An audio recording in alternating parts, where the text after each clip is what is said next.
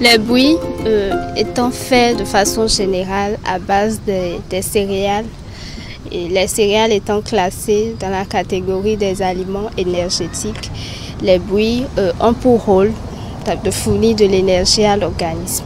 Donc, ce sont des aliments énergétiques, quelle que soit la bouillie, surtout si c'est une bouillie faite à base de céréales, de tubercules ou de racines. Donc la bouillie d'igname par exemple, la bouillie de manioc et la bouillie des céréales, à l'exemple de la bouillie de maïs, bouillie de mil, bouillie de sorgho, bouillie de blé, etc.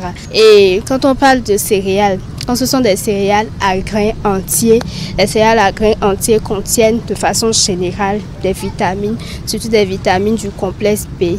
Et les vitamines ont pour rôle principal de protéger l'organisme en quelque sorte contre les infections et autres. Les enfants à partir de 6 mois, l'idéal chez ces enfants-là, c'est de commencer par les éduquer avec de la bouillie. Maintenant, pour les sujets adultes, plusieurs personnes souvent consomment de la bouillie les matins ou du café ou des thés. La plupart de ceux qui consomment ces aliments le matin font souvent recours au sucre. Donc on prend souvent de la bouillie sucrée, du thé sucré, du café sucré. Rares sont ceux qui consomment ces aliments-là sans ajouter le sucre.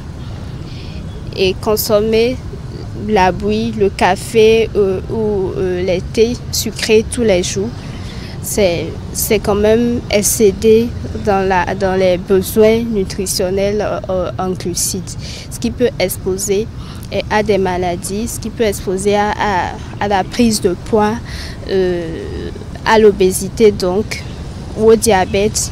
Le petit déjeuner est très important pour l'être humain parce que c'est avec ce repas qu'on démarre la journée.